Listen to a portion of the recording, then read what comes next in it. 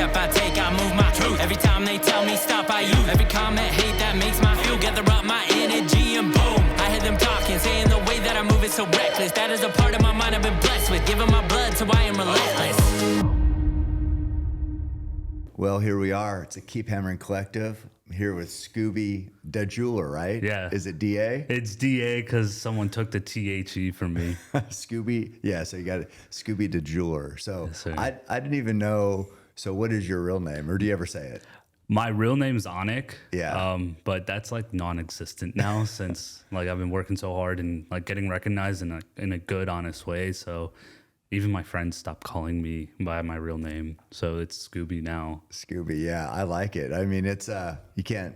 I mean, you remember Scooby. Yeah. You know what I mean?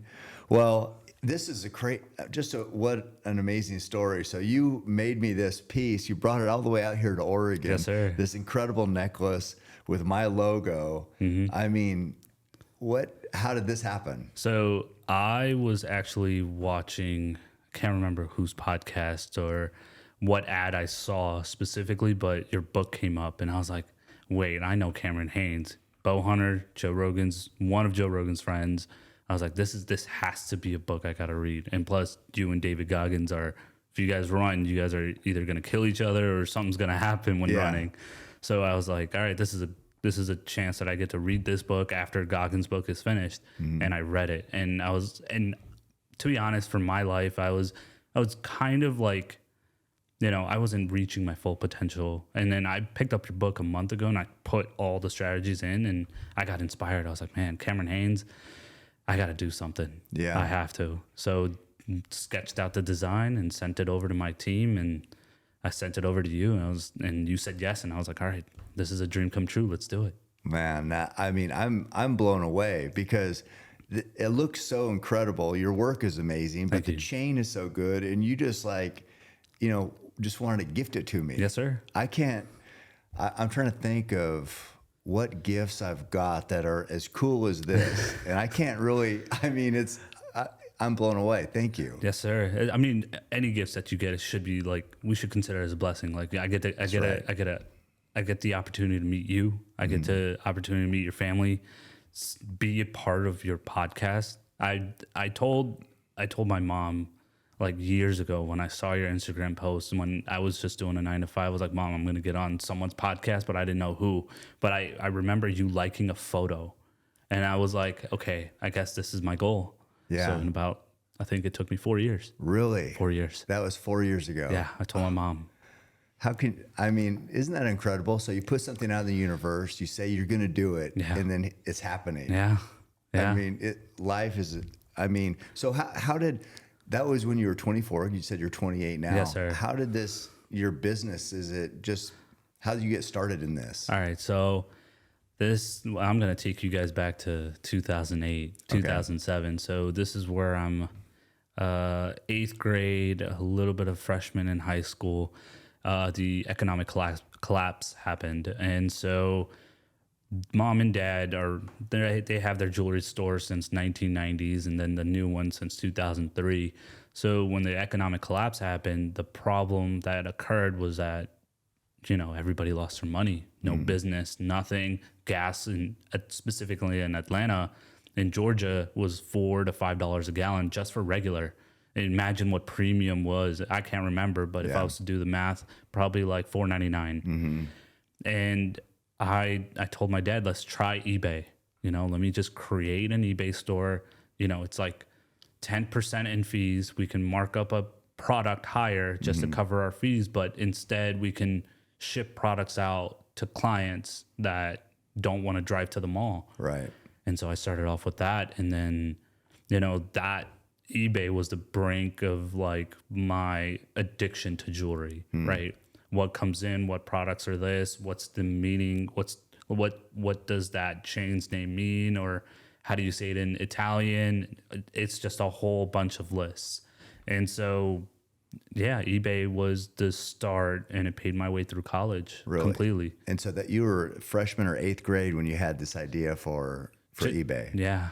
And what did your parents think? My dad was like, I don't know if this will work. My mom was like, just push. She's like, after my mom, it's my wife, but my mom's my rock. Like she will tell me that you go pursue this, like go get it. Not that I'm saying my dad wasn't, but like she was like, go do it. Let's see where this goes. Was nobody buying jewelry at that time? Probably because of the Nobody was economy. going into the malls. Okay. Right. So gas was expensive. So why would you drive to the mall? So everybody was suffering. So I figured out a slogan in a way where why pay $4 for a gallon of gas when I could ship it for free? Mm-hmm. And it worked. Yeah. And then how did the business, how'd that, I mean, how long did it take for the business to kick up and things to be going great? I think it took about 6.5 months to upload all those products, learn the strategies of SEO marketing, alt keywords, just for like Google searches, and eBay algorithm picked it up, and sales were higher and higher. And while this in store for my pops wasn't working as much, eBay was high, so all the money just went to him. I see. So it was a good way for me and my dad to connect, and me and my family to connect. Even though the business is hard, but it was a great way of keeping the family together and doing the things that we had to do to survive. And now, so what are we? What is this, like 15 years later? Yeah. How's the business now? So with regulations in eBay, the eBay business is like, it's there, but it's not doing as well as what I did on Instagram. And that even started during COVID. So I went to college for being an IT person. Okay. And I just focused on getting a degree. Like any immigrant parents want their kid, or anybody, right? They want their kids to have a degree, go get a good job, go do something you love. I got a degree and I got a corporate job and I hated it. Where are you from? So I was born in Gastonia, North Carolina, raised in Atlanta, and my father's from India, my mom's from Pakistan. Okay. So they got married, I think it was a little bit after the conflict between the two countries. So when things weren't as heightened, they got married and then they moved to America. And then in 95, I was born. Oh, gotcha. Yeah. And how long did your dad have the jewelry store? So When did he start that? So dad started the jewelry store in 1991 in North Carolina. But when he got here, he was staying in Chicago. And I still have this picture where it keeps me grounded a little bit, like know where you come from, right? So it's him in a Dunkin' Donuts like uniform. So he started off at Dunkin' Donuts. Whoa. So Just grinding. two jobs. Trying to make money. He even showed me his train line when we were in Chicago. Yeah. He showed me like, hey, I would wake up at 3:00, take this train here, do this job for 4 or 5 hours, go to the next one, and then come back home at 10, 11 o'clock and do it again.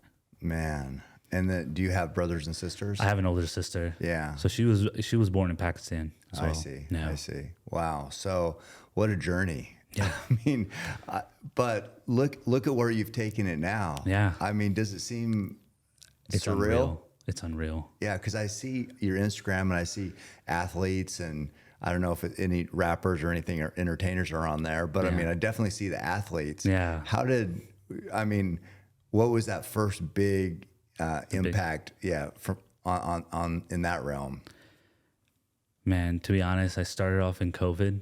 Yeah. So when I quit that job, it was like, shit, what am I going to do? You quit the IT job. I quit the IT job. It was 120-hour weeks. I was sitting in a square room. What were you doing? I was just coding away. Yeah. And it was just, I knew how to code. Not anymore, but I knew how to code. I was fixing systems. And then, like, I guess the corporate system is just hammer down on people, get as much as you can get out, and then they'll replace you even if you quit. Yeah. So when I quit, Dad told me to take 2 months off. I was like, okay, we'll see how that goes. 3 days later, I called him. I was like, Dad, get me back to work. Put me in the business. Let's go. You're going stir crazy, probably. So you were working 120-hour what? 120-hour weeks. You were working that much? Yeah, I was up. I would start at 8 a.m. I wouldn't finish till like 6 a.m. the next morning. And then I would get 2 hours of break. So I'd sleep, do it again. Yeah. And do it again and do it again. Wow. And I was handling 3 to 4 projects because I knew how the new system worked. Yeah. And some of the people didn't. So I had to train and do the new system solve. Were you making good money doing it? No. No. I mean, we had a pay increase in 2020 of January, and then they cut us off about a good percentage. So I was back down, but actually I was below my starting salary. Wow. Yeah. And they withheld a little bit of payments. And they were just saying the economy is too rough. We can't afford it. Yeah. And you had no choice. I mean, So either you do it or you quit. Yeah. Wow. And was that in Atlanta? Yeah. I Okay. was living at my mom and dad's place at that time. No apartment. I was like, there's no point of spending Atlanta rent money. Right. It's like $1,900 for like a 1-bedroom apartment. Makes no sense. Right. So I saved all the money that I could. So when I quit, I had a good high 5-figure amount saved, like, because I'd never spent a dime. So I just found a way to invest my money into real estate and avoid my dad paying for my credit card bills Right. at that point. So I got lucky with that one. Yeah. And then when I got into the business, I had to figure out a way to, instead of doing the wholesale side like my dad was doing, I had to figure out the Instagram side. So I watched all of Gary Vaynerchuk's videos from 1 to 100. And at 100, I think one of the lines was, "Stop watching my videos if you understand what I'm doing." So I stopped. Yeah. And I practiced everything he did. And what was the key? Consistency. Okay. Like, keep posting 6 times a day on stories, 3 times or 4 times a day on your regular feed post, hashtags, which now have developed into like other keywords now, but I kept doing it every single day, nonstop. I mean, my girlfriend at the time was like, "Can you please get off of Instagram? Like, you're addicted." I'm working. I mean, that does not work well. For a while. Yeah. Yeah. Man, it's now I sit down with you and think about it. Yeah, that was rough, man. And then, so 3 days off from your other job after you quit, and then your dad said, "Okay, let's do this." How long till you started seeing something? So you're doing. It took me Gary about V's 7 months. 7 months, and then what happened? 7 months, and I found like a couple suppliers online that reached out to me, and they were showing me like the way that custom businesses work. So I'd get on the phone with them at like 2-3 o'clock in the morning, and keep in mind these are guys overseas. Yeah. And the guys in the U.S. sometimes they won't share a lot of things, but if you find that right person, they will. But the guys overseas, they want the business. So they taught me everything that I know and about specifically custom jewelry. And so I found suppliers, and then, I messaged all the athletes. I was like, "Hey, let me know if you want a custom piece." So my first one was Just on Instagram? Just on Instagram. Just hitting up DMs? Yeah. Yeah. And then your first one was who? My first one was a UGA player. I don't know if I should name him or not, but Yeah. What type of player? he was a defensive player. Oh, okay. Yeah. Yeah. He was a football player. I gave him the piece for free. Oh, really? And all I asked for him was, "I'm going to come drop this off in 2.5 weeks. I'm going to give you a chain and a box. All I ask from you is if you could spread the word." Yeah. I'm trying to educate all my clients in a way where they aren't spending so much money. And that was the start. From that one athlete, it trickled down into like hundreds. Really? And it's a blessing. Oh, man. So it worked. Yeah. Your vision worked. Yeah. And then as far as like these suppliers, so is there a huge markup on products coming? Where does everybody get like the gold and diamonds? Where does it come from? So everybody knows that diamonds, majority of the time, comes from Africa. Sometimes they get shipped off into Belgium. Sometimes they get shipped off into Russia. India is the processor and polisher. All right, so you have the rough diamond that comes out of the earth. India is the one that polishes it at a maximum amount. Like, they have factories running all day, cutting up rough diamond, polishing them, sorting them per clarity, and that's how, like, these wholesalers in the world, basically, if they're getting it, they're getting it from India or China at this point, because they're the two biggest suppliers of diamonds and finished made products. And so is that clarity? Is that what makes it more expensive or less expensive? Or? Yeah. Okay. Yeah, so it starts off with I1, I2, SI1, SI2, VS1, VS2, VVS2, VVS1. And is that like, so I1 is the top and then it No, goes? no, it's I1's the bottom. Oh, I And gotcha. then you go all the way up to like flawless, which is FL. FL. Yeah. And those are probably very spendy. Chop off my arm. Like, is that expensive? So I know you told me one part is that when these guys reach out to you or whatever, however the correspondence works, you try to give them options because, as you mentioned, even just this morning when you came in, you don't want people going broke on their hard-earned money, right? Yeah. So how do you do that? So let me take it for an example. As you're a bow hunter, right? You take each hunt with absolute highest respect that you can. So these guys, the NIL space is very, very new. It's been, I think, about a year and a half new, and I want to make sure like these kids that are coming into college and playing for these respective schools are getting paid, but there is no financial literacy for these guys. And so whenever they see like another NFL player with all these diamonds and stuff, I'm like, and they want to spend this money, and when I give them the reality check of what their piece is going to cost, they're like, oh, I can't afford that.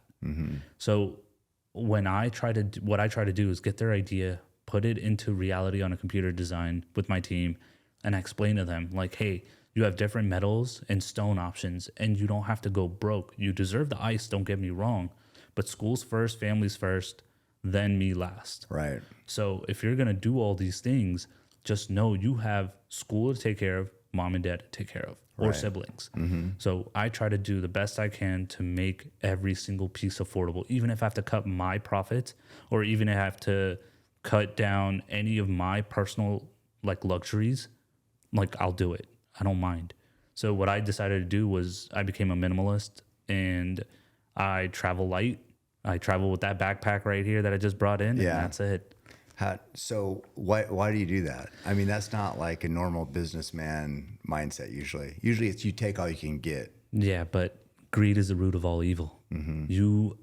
Money comes and goes. Honesty in the business, or honesty in whatever you do in life, faith and like other things that you want to pursue from your passion, that is key.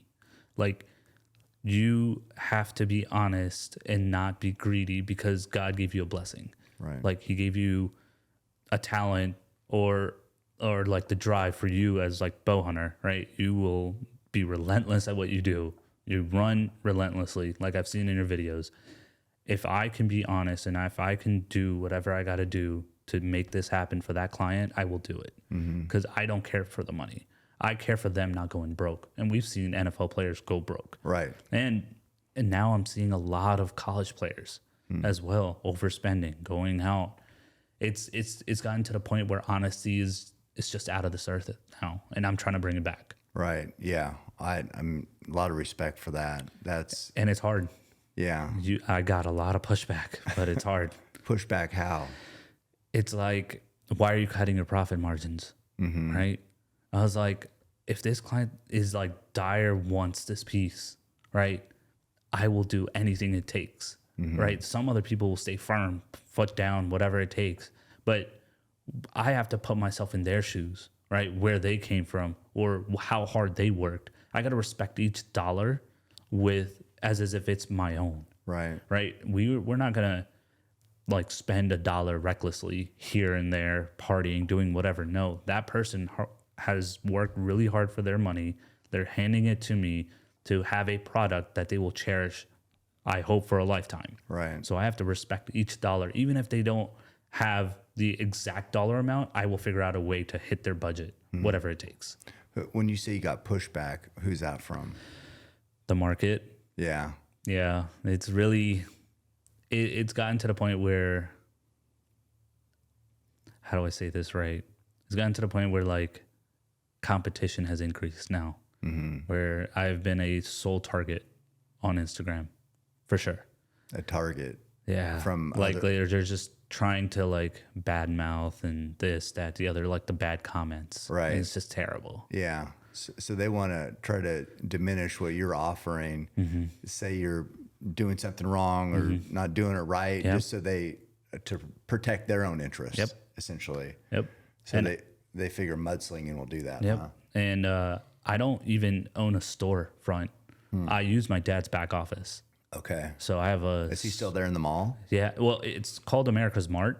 It's in downtown Atlanta. So it's all the wholesalers that are for jewelry specifically are sitting in there. Oh. So he still has this place in the Mart since 2003. And I just sit in his back office with that Costco table that he gave me, and that's it. And you just hustle online. Yep. I upgraded from a stool that I used to sit on to a chair. Okay. So I had to learn. You're living good then. I mean, the chair's pretty comfy. Does that have arm rails and everything? No, I don't have that. Oh, what an amazing story, though. Yeah. I mean, so the business, how busy are you now? I mean, are you killing it? Or are you? It's ebbs and flows. Okay. Everything's ebbs and flows. To be honest, from November 2022, all the way before I left for Europe, before I talked to you, before April, I was pumping out like 100 orders, like a month. And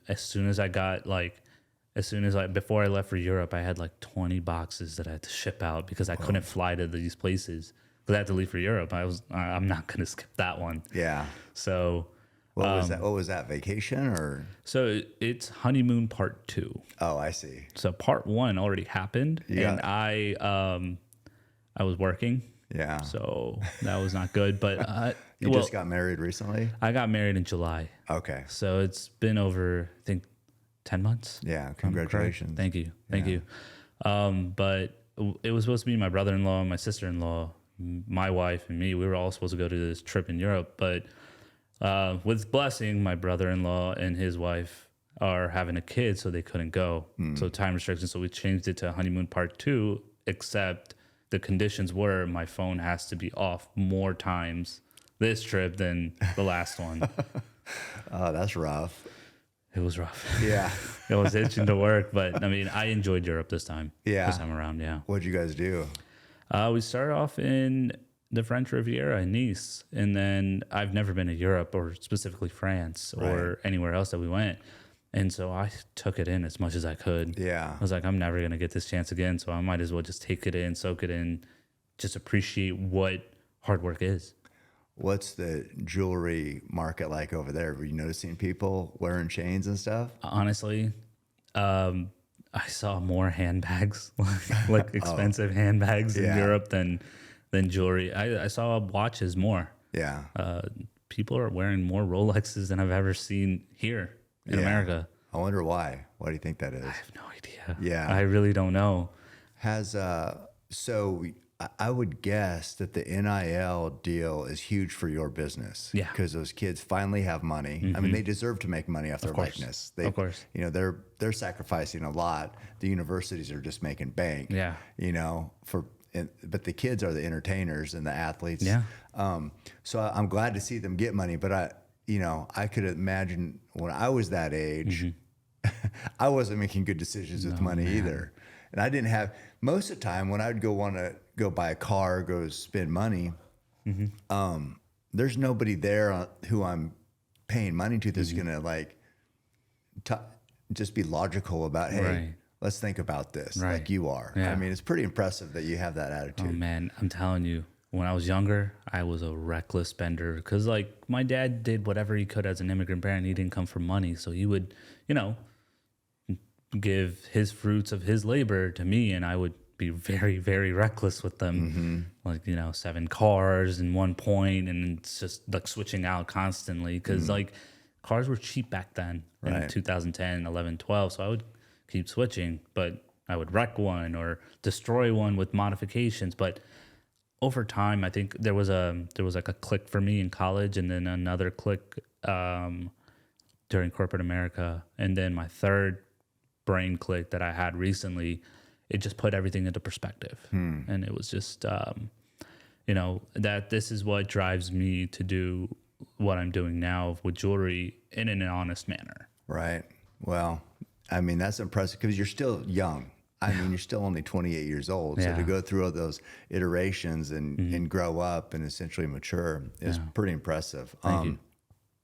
So the kids with why do you think it's Why do you think like the pieces and the diamonds? Why is that such a popular thing? Is it because the NFL guys do it? And why do they do it? I think, I mean, there's no correct answer, to be honest. In my opinion, I think it's obviously it started off with the rap game, the rappers, the entertainers, the musicians. I think they started a cultural trend, which is fine. I enjoy that. I love seeing other people's design and artwork. It's amazing. Yeah. And then it got into the NFL space and the NBA space, and then it got into the college space. Right. And I think with some of our college athletes, like, don't follow the Joneses. Please don't do it. Like, I urge everyone, do not follow anyone who wants diamonds, because one day it won't be affordable, in my opinion. It's going to be so unaffordable that when you start looking at the other alternatives, you'll think twice before, like, oh, okay, so this is what everybody was marketing back then, but we never believed it. Right. Because once things become unaffordable, the switch happens. Right. Yeah. This can't do it. And like, what's the, there's diamond options, right? Is there diamonds made in a lab, or how does that work? So you have natural diamonds, which come from the earth. Then you have lab diamonds. Then you have moissanites. Then you have cubic zirconians. And then you have all the other ones that, like the gemstones, the colored ones. I can't even pronounce some of the names, but the majority three that everybody deals with now in the market is natural diamonds, lab diamonds, and moissanites. Now, I'm not too technically savvy when it comes to like the definition between a lab diamond and a moissanite, but all I know that people are looking at is, number one is, since they're lab made, there's no carbon footprint on these, so it's clean. The second thing is that all of my clients that are looking for and is they pass the pen tester that it marks as a diamond. But in reality, like, if you have the money but you want to be smart with it, choose an alternative. Really? Yeah. What's the pen tester?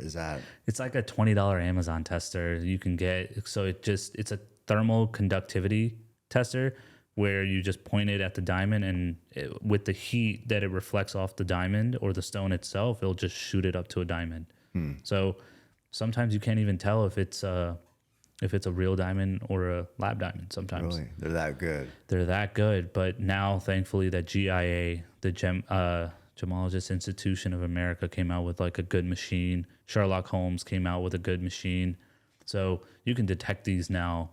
So like they are companies that are bringing honesty into work, but at the same time, they're showing materials that, real diamonds is this, and the comparison is this. That's it. And is it pretty close, you say? You can't tell. Really? You really can't tell. Because mostly what people want, they want that flash. They want the VVS. Yeah. That's what they want. Yeah, that just to be sparkling and lighten up the room, basically, right? Yeah. Yeah, I mean, I'll admit, those guys, they do look kind of like cool. badasses. It does look cool. I mean, you see that, whatever. I mean, even I saw you do grills too. It's like, it makes, it's like, I'm not like some elite athlete.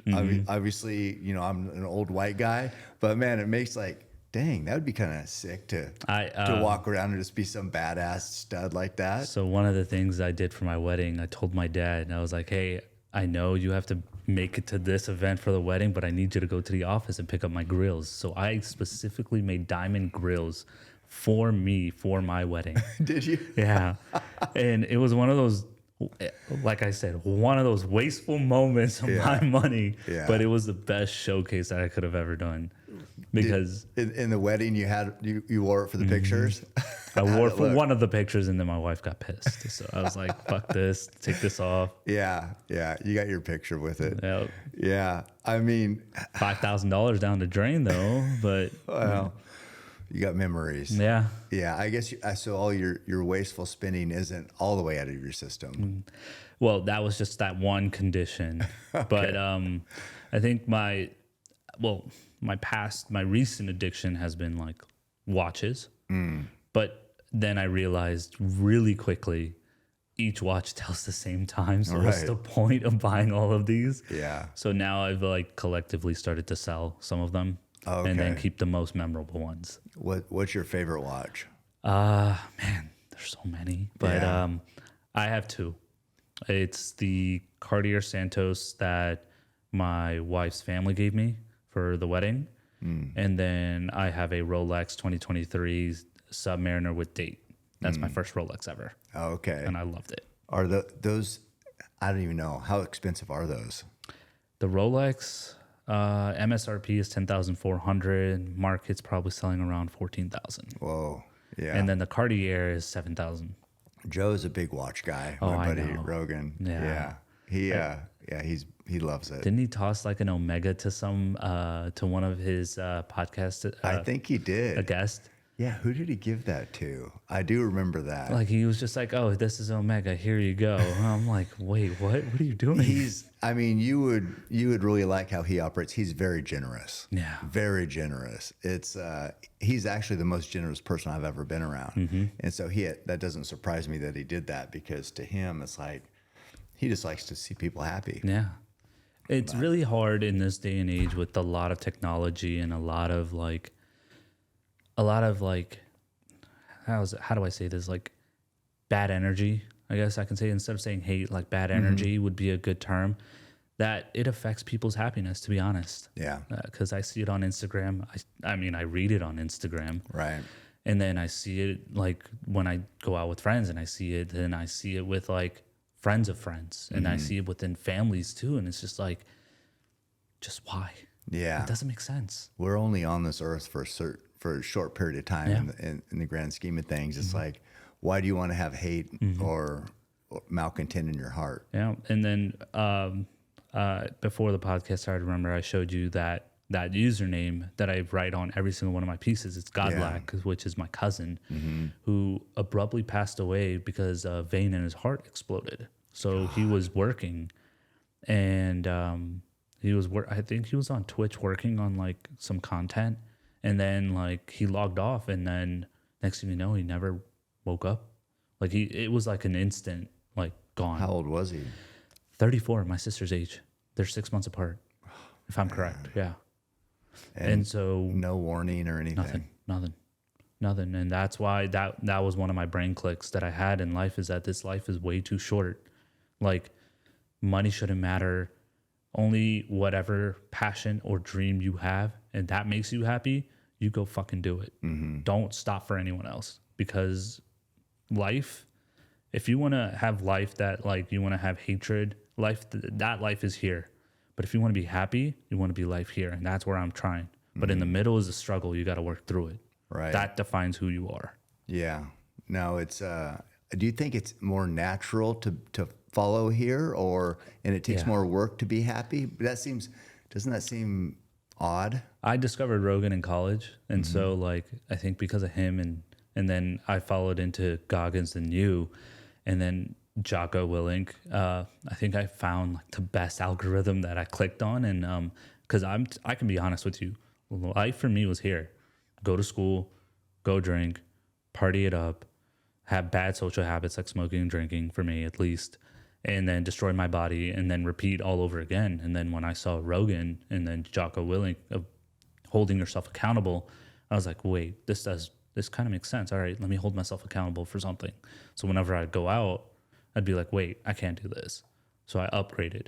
All right. And then, sometimes you fall back down the ladder, but you have to pick yourself back up, because life is about learning.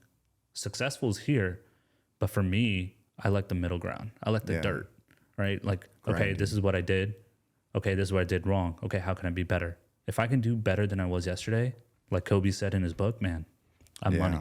Yeah. No, that's, I mean, it is hard to be perfect all the time, but it's like, I know when I wanted to make a change way back when, and I'm like, I was doing a lot of negative habits, a lot of, I was kind of a hater for the people that were more successful than me.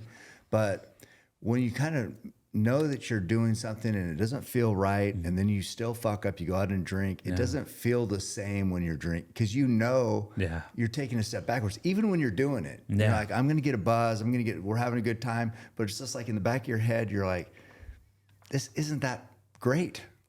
No, I mean, it's taken me a while to like, because I can't, for at least for my body specifically, that I've been self-aware of. Like if I was to, like I tried cold turkey and it sucked.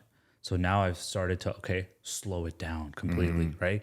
Go one by one. Don't go crazy. Like how you explained to me about running is like I slowed it down. So I went from 3 to 2, 2 to 1. Now I can't even like smell the thing. Like I can't smell beer. Oh, a beer. Like I can't handle it anymore. Cut way back, and then finally now it's. I can't smell it. I can't deal with the smell of beer. Really? Yeah. So you don't drink at all now? Zero. Yeah. Zero. Now, you're not missing anything. I'm not, because that buzz will feel great, but then when you get up and then you walk and then the buzz wears off, you're still slow.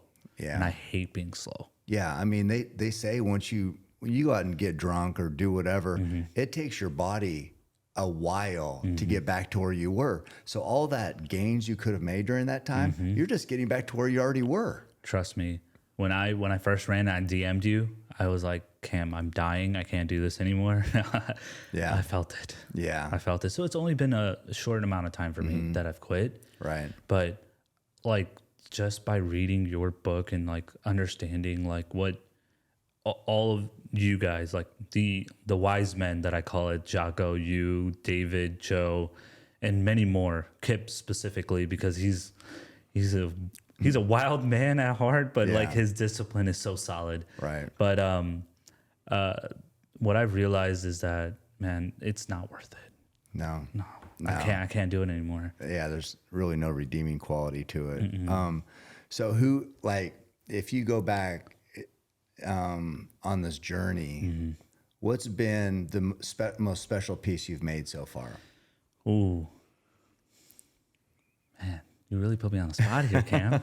Yeah, I was just curious. I saw a lot of. I went through your page. I saw a lot of cool stuff. I think one of the most memorable I've ever done was I did a Kobe Bryant GG memorial for the 2nd anniversary of their passing, and I was able to find a Staples Center picture online, and I was able to replicate it. But it was like it took me about 6 months to find the perfect picture that showed love, compassion, memory, legacy.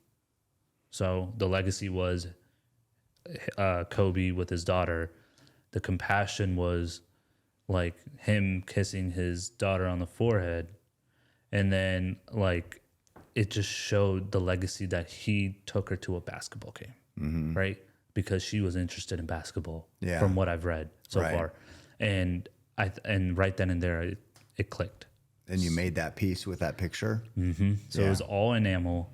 And sometimes you can get the enamel part right with the designers and the like production workers that are doing it, but I was full hands-on with that one. I was making sure every night or in the middle of the morning, like, hey, how are you doing it? So I would sit on the video call and I'd just be watching them just sit there and do it. Because if they messed up, then it would lose all meaning for me. Because I'm kind of like a perfectionist, but I know not everything is perfect, but for that piece, I had to make sure, like, this is it. Yeah, and did it turn out perfect? It was perfect. So, and is it for you? So, I was working with a PR manager at that time, and I texted her. I was like, hey, this project that I was been working on for about 6-7 months, here it is. She goes, we have an opportunity to give it to a former Laker player. So I gave it to that former Lakers player. Lamar Odom got it.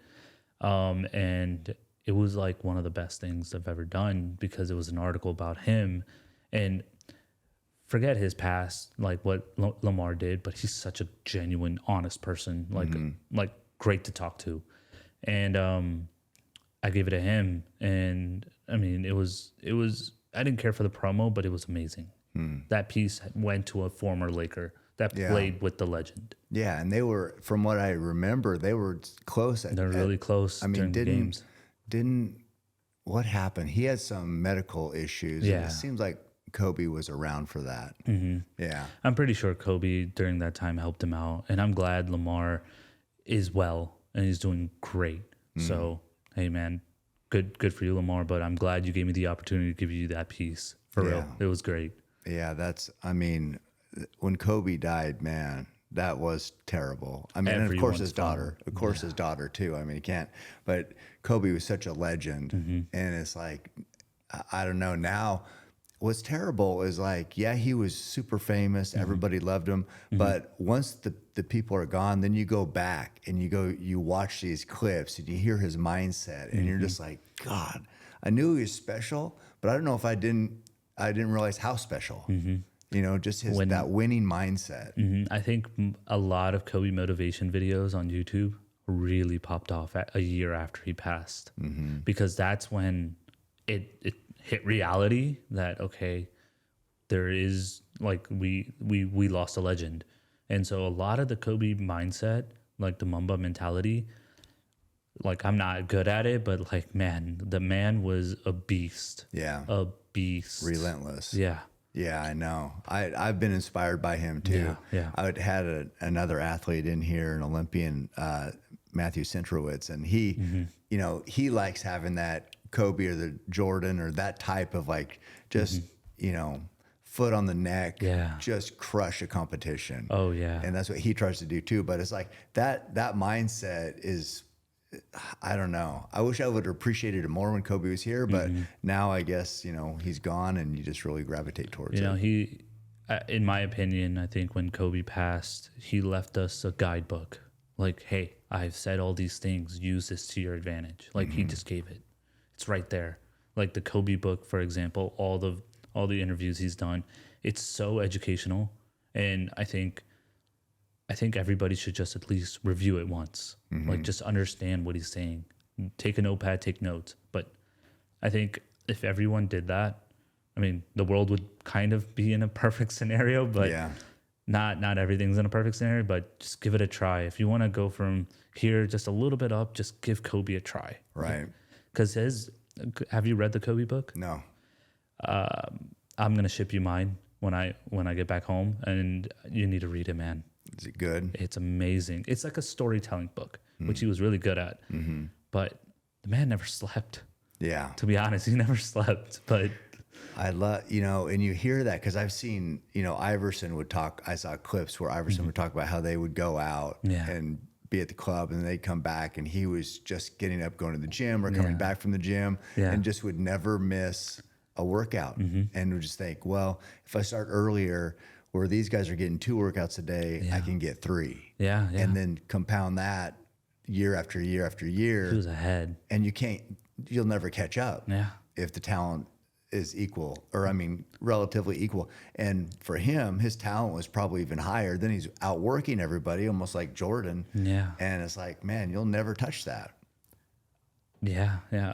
There was, I think, a documentary that came out about the 2008 or 12 Olympic Games, where everybody's going to the club, that scenario you were telling me about. And they were explaining that, hey, Kobe would never go to the club. Like, he would be out running or getting on a bike or something. Like, I tried to, in the beginning stages, like, I was hooked on Kobe's book. So like, I followed that method. I would be up at 4:00 in the morning every day. I sold all my luxuries during that time. And I was driving a stick shift. Worst thing to do in Atlanta. Don't recommend it. But that $7,500 beat up car, and I would drive that thing to the store, and I would be up at 4:00, and I would run right after work. And I would get myself in shape because everything was still shut down. No friends, nothing. So I think COVID was a blessing kind of for my business, my life. Rest in peace to everybody else, that what happened to them, and it was unfortunate. But I think COVID changed a lot of people's lives. Right. Yeah. Yeah, it gave people, I think people went one or two ways. Either they went backwards or they went forward. And if you were grinding out there and hungry and had a vision, you could go forward like what you have. The vision does get blurry. Like it's like the self-doubt, like thinking that, you know, okay, I missed this opportunity, and you're bringing yourself down. But like when the vision gets blurry, you know, I had my rock, I had my 2 rocks, my mom and my wife. I mean, Dad's always there. Dad's always going to be the pushing factor, but the emotional support, man. Yeah, my wife and my mom were like the two rocks of my life. My dad's going to be like, all right, stop fucking complaining, go work. Like you can always count on that from dads. Oh yeah. Yeah. So what's it like growing up or having grown up in Atlanta? I mean, I've never been in I've been to the South. I've never lived there. Okay. So Atlanta is a very, very hot, and well, Georgia specifically, a very, very hot state. Like, it's right under Florida, in my opinion, for the South. Growing up in Atlanta, I grew up in the suburbs. My parents really, really worked hard to keep us in the suburbs, like in a good, safe area, best schools, and, both mom and dad working. So they gave me the best education that they could possibly give me. And obviously I fucked that up as much as I could. But living in Atlanta is fun back then. But now it's kind of like, going to school in downtown, like Georgia State University, it's kind of risky, man. Like, crime is really high back then, and then crime is still a little higher now. But then luckily I switched over to University of Georgia, graduated from there. So like living in Georgia as a whole, it's been great. It's a lot of struggles, to be honest. A lot of like crowds that I got involved with, bad, good, amazing. So I learned my way through it, and now I've like finally got a set group, which now my best friend, one of my best friends is now my brother-in-law. So it's kind of great that I get to have him around. Yeah, that is good. That goofy fucker, I swear. What does he do? So he's in the family business. So okay. He's with his father, and they have multiple gas stations. So bless them, whatever they're doing, because it's a lot of hard work. Yeah. Like my father-in-law works a lot of grinding hours. Like hats off to that man. Yeah, that's tough. And then so George, what was like going to school at you?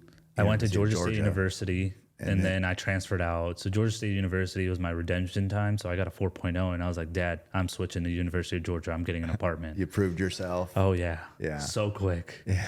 And I went to University of Georgia, and that's when the GPA started tanking. Why? Too much social stuff? I mean, UGA part, well, back then, like, I don't know if it is now, but back then when everybody wanted to go to University of Georgia, it was like, hey, it's a party school, time to rage, let's go.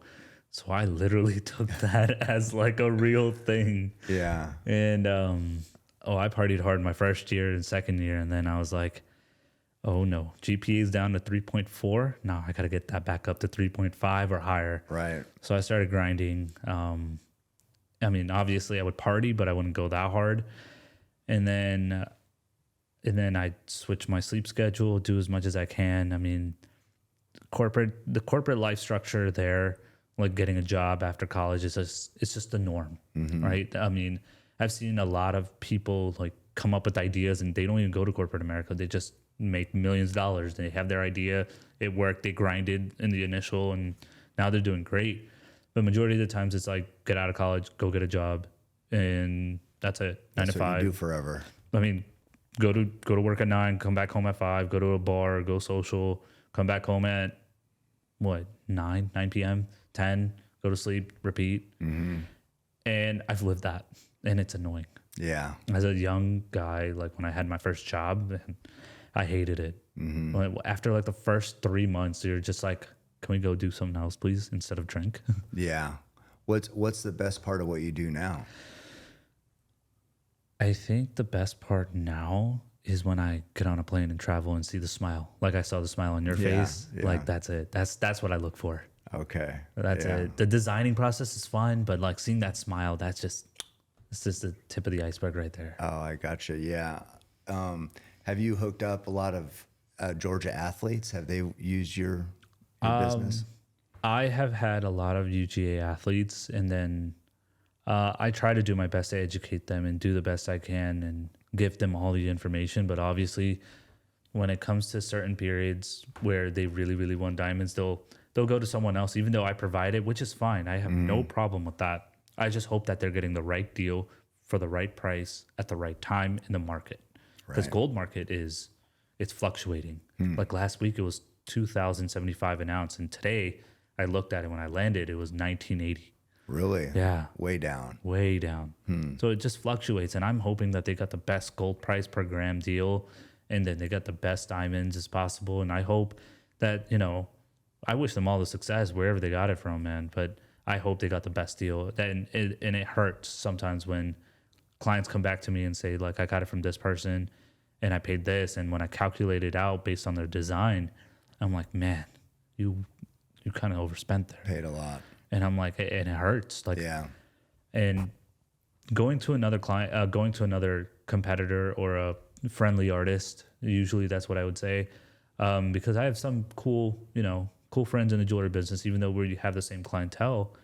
You know, I just want to make sure that, you know, sometimes it used to hurt when they would go to a competition. It would burn. It would burn me so bad. But now I've realized that, like, you know, you have a blessing to be in this business and you're alive. Just take it at will and keep going. Yeah. I mean, I think that you'd have to feel good about the approach you're taking. You know, I mean, it feels like the right way to do it. Yeah, maybe you could make more money doing it another way. But yeah, I mean, it's kind of like, it seems like that'd be hard. Your conscience would have to take the back seat. You know what I mean? And I feel like you're in a good I'm place. in a good spot. Yeah. Yeah. So I'm just, you know, this is a slow month for me, right? I can say that honestly. And I'm okay with it. You know, it's, you know, everybody's training, everybody's having summer vacations. You go enjoy. Jewelry's not a opportunistic thing, but fingers crossed, hope to God, when 4 weeks before football season starts, man, oh man, I won't have hair on my head. You'll be busy. I'd be so busy. And everybody probably wants their stuff like quick. Yeah. Like, but I can't pull shit out of my ass. Like it takes time. It takes so much time because, like, trying to get the right price point for some of these clients, it takes a lot of time. Like you can get it from the factory overseas, you'd be paying 30% less. But if you want it like next week, you're paying that 30% rush fee because, like, labor in America is high. And I've genuinely tried to move production to America. It's the hardest because the prices that I would have to output would outweigh any profit or minimal profit that I would need to make to sustain the business. Right.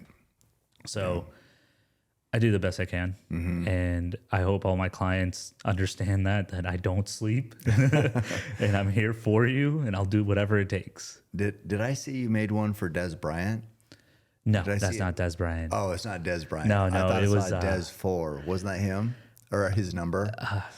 I don't remember if it was number 4 was Des Bryant or not. Maybe I'll check later. But maybe I had it was in my for a head. San Diego State player. Oh, okay. Yeah, so he wanted a big piece and he wanted within a budget. So I was like, all right, here. I lost like $200 for my original like profit margin, but it was worth it. Yeah. And he's happy with it. He's so happy with it. Yeah, the stuff looks so good, dude. I mean, and everybody, I like you have the pictures with everybody and they're smiling and the piece looks great. Have you ever noticed that I never smile in my pictures? I never like consciously noticed that. Okay. How come? How come? I don't know. I just don't do it. It's just, I mean, I told my wife, I don't want anyone to see me happy, right? I don't want a motherfucker to see me happy doing my shit. But sorry, Mom, for cursing. But I mean, it's just one of those like tough mentalities that I just have in my head. Like, I don't want to smile from all of my stuff because like I want to see their smile. It's their time, right? Not my time. I see. My time is when I'm at home or I'm on a plane or reading a book or something. Yeah, because I guess somebody, if they wanted to twist it, they could be like, "Oh, look at this fucker smiling. He just took all this money from him." You know what I mean? Like if they wanted to, they could turn it into who knows what. Yeah, it's like this world can be twisted into so many other things, man. Like some of my clients asked me, like, "You're on all these flights. You have a lot of flight miles." No.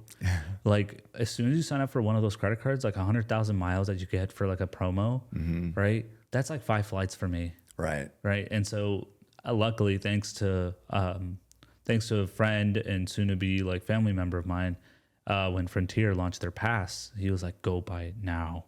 So I bought it and now my flights are $30. But really? Yeah. Nice. $30. It's that amazing. Is cheap.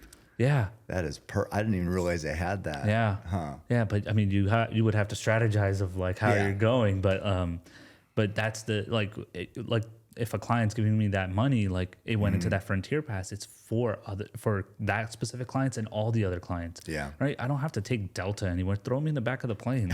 Like get me to where the fuck I'm going. Like let's go. Yeah. Yeah. I mean, everybody's getting there at the same time, right? Yeah. Whether it's first class or in the back. Yep. Well, you know what we're going to do today? We're going to run Pisca. What do you think of that? I knew that one You was said coming. you're tired, right? I'm tired, but I'm ready for it. I ain't no bitch. I'm doing it. I'm excited.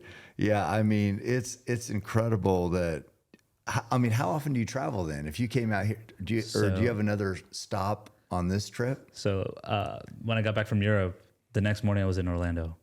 So I did that. I delivered that piece to the client, and I had another piece that I had to deliver in Orlando. So I drove. Like when I flew into Orlando with a rental car, I like drove to all these places, and then I try to fly at least 4 times a week. Really? Yeah. After this, I mean, I promised I wanted to get home early, but then like my wife booked me a nice hotel here, so it was like she was like, extend your ticket, like enjoy Eugene. I know you love it here, like just go. Oh, like, sweet. So like I'm here till like noon tomorrow. Oh, nice. So I'm like, okay, I get to enjoy the city a little bit. Yeah. Yeah.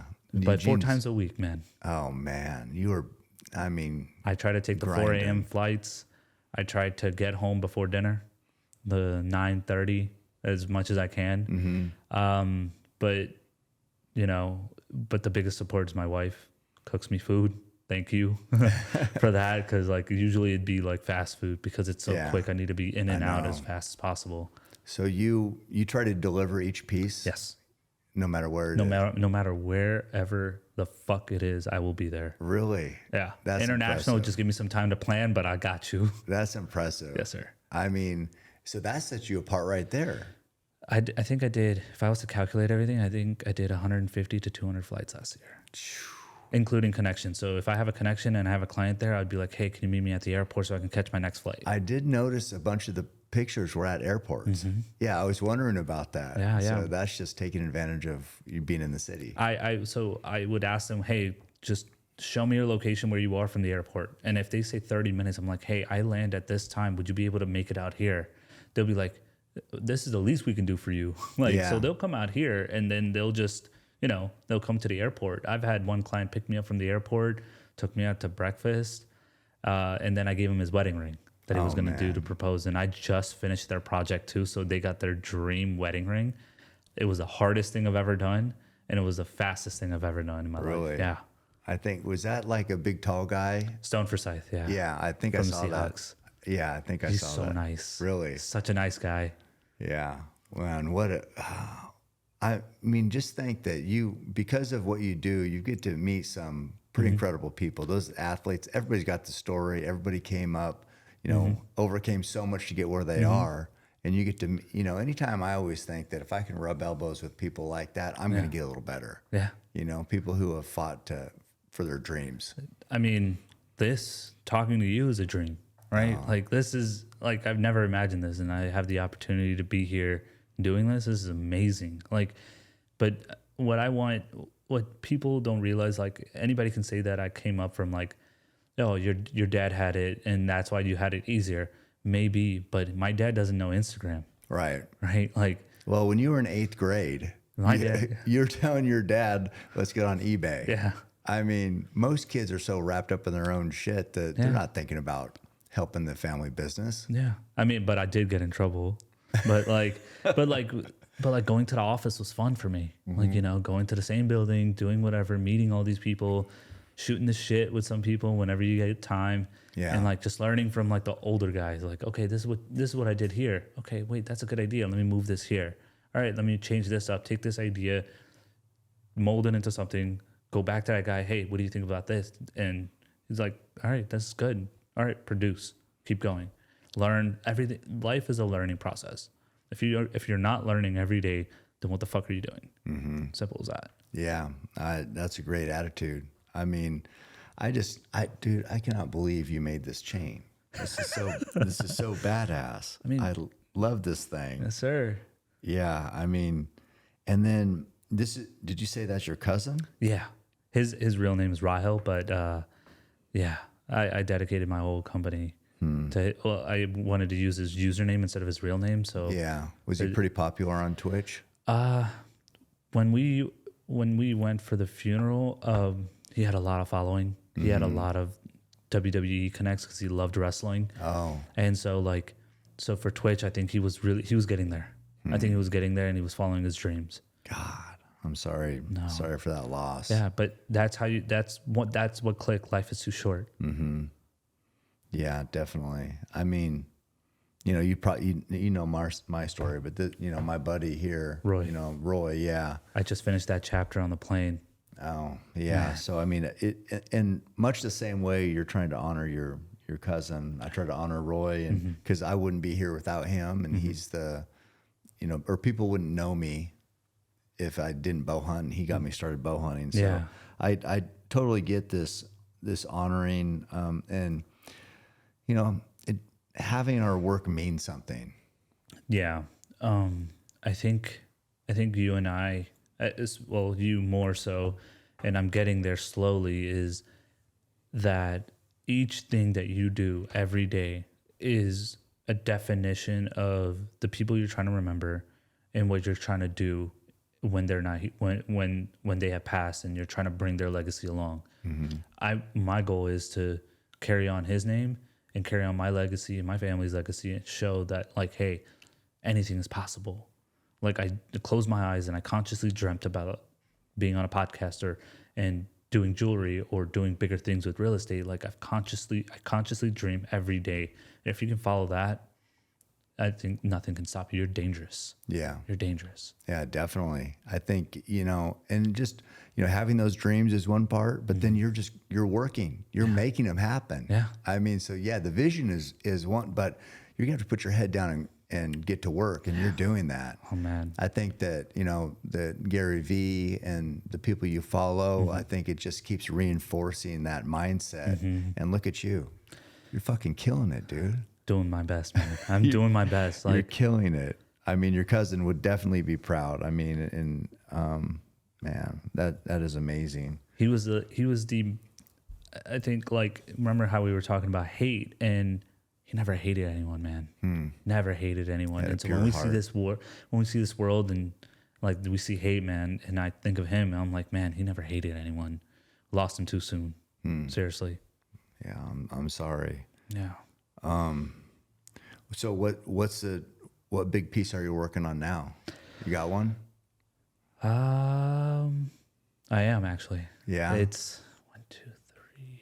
It's for one guy, 3 pieces, and he's my most loyal client. And he will call me just to shoot the shit. Like, he's that type of guy. 3 o'clock in the morning. Hey, what are you doing? I'm like, bro, I'm sleeping. Leave me alone. Is it an athlete or? Yeah, he's an athlete. I'm not gonna say the name because everybody will figure it out. But, but I mean, his next 3 pieces are just gonna be the most fly pieces I've ever done. Really? Yeah. Diamond? No, Gold? it's gonna be silver. Oh, silver. Okay, Yeah, sweet. yeah. You're pumped? I see him once a month, Yeah. so I'm pumped to see the reaction more so than to like get on a plane this time, because like these plane travels, they hurt. Yeah. They hurt the back so bad. Oh yeah, I understand. I mean, traveling is definitely hard work. Well, that's cool. Well, when you get this done and get it delivered to them, you'll have to send me a picture. Oh, dude, I got you. I want to see. I want to see. Yeah. Okay, we'll end it on this. Who's your dream client? Like, who would you love to make something for? You did Kobe already. I mean, Yeah. unfortunately he was passed, but if you could design something for somebody, who would it be? Man, there's so many. I think the dream client with if I could explain and explain to him all the information that we can like change athletes' minds for the better and for financial literacy, I think LeBron James. LeBron James. Yeah. For sure. Yeah, he's got a huge platform. Huge platform. And it's not because of the platform. Even though he never went to college, he did get financial literacy, and he is super, super smart strategically on the business. court and business, right? And he cares. he actually gives a shit. So if I could ever get the chance to do a piece with him and we can educate college athletes, high school athletes, even those guys are getting money from NIL before they even graduate. We can educate these guys like, hey, make generational wealth, still do whatever you want, but understand your consequences if you're spending this much money. I think we would see less and less athletes going broke, for sure. I mean, to your point, I think his son has big NIL deals already, right? He's still in high school. And it seemed like I thought I read where he was $7 million somehow with something. I don't know. But yeah, I mean, so these premier athletes, they do have access to money these days. So yeah, to your point, making good decisions with that is going to impact their kids and their kids' kids. Yes. That's yeah. Right. I think that's a good goal. You know, he read my book. Really? LeBron. Yeah. That's awesome.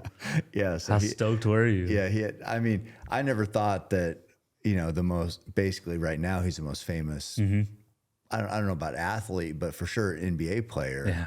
And like, what would we have in common? Yeah. Why would he be reading Endure? You know what I mean? So that was kind of cool. Maybe he's learning from you, man. Something that you have and he's trying to learn, man. I mean, that's a blessing. Yeah, that's great. Huge blessing. You want to be able to. I think it's cool when we can reach outside. You know, everybody's got their own little circle and cliques, and I hang out with this type of people, and we all like these certain type of things. Yeah. But when you can expand, that's how you grow. You know, and so yeah, he's had nothing to do with like my life. Yeah. But still, we had some common thing or a connection.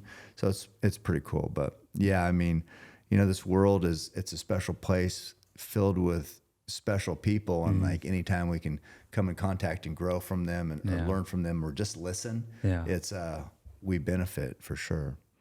100%. Man, this has been a great conversation. It's an honor. I thank you so much for coming all the way here to Eugene, Thank Oregon, you for giving me the opportunity, or even responding to my DM. And thank you so much. We're going to take this up Pisgah, and we're going to get a picture up there on top. Let's fucking do with it. that chain. How about that? Let's fucking do it. Okay, well, I'm pumped. Yeah. Thank you. We're going to have a great afternoon up on the hill. Oh, yeah. And I appreciate the time on the podcast. Thank you. Thank you so much, Appreciate guys. All right, keep hammering. Every step I take, I move my truth. Every time they tell me stop, I use. Every comment, hate that makes my fuel. Gather up my energy and boom. I hear them talking, saying the way that I move is so reckless. That is a part of my mind I've been blessed with. Giving my blood, so I am relentless. My fault, they want someone to blame. They sent their hate, it fuels my pace. I am Roy Tough, I am the change, the fuel in dirt. Feeling like Cam Haynes.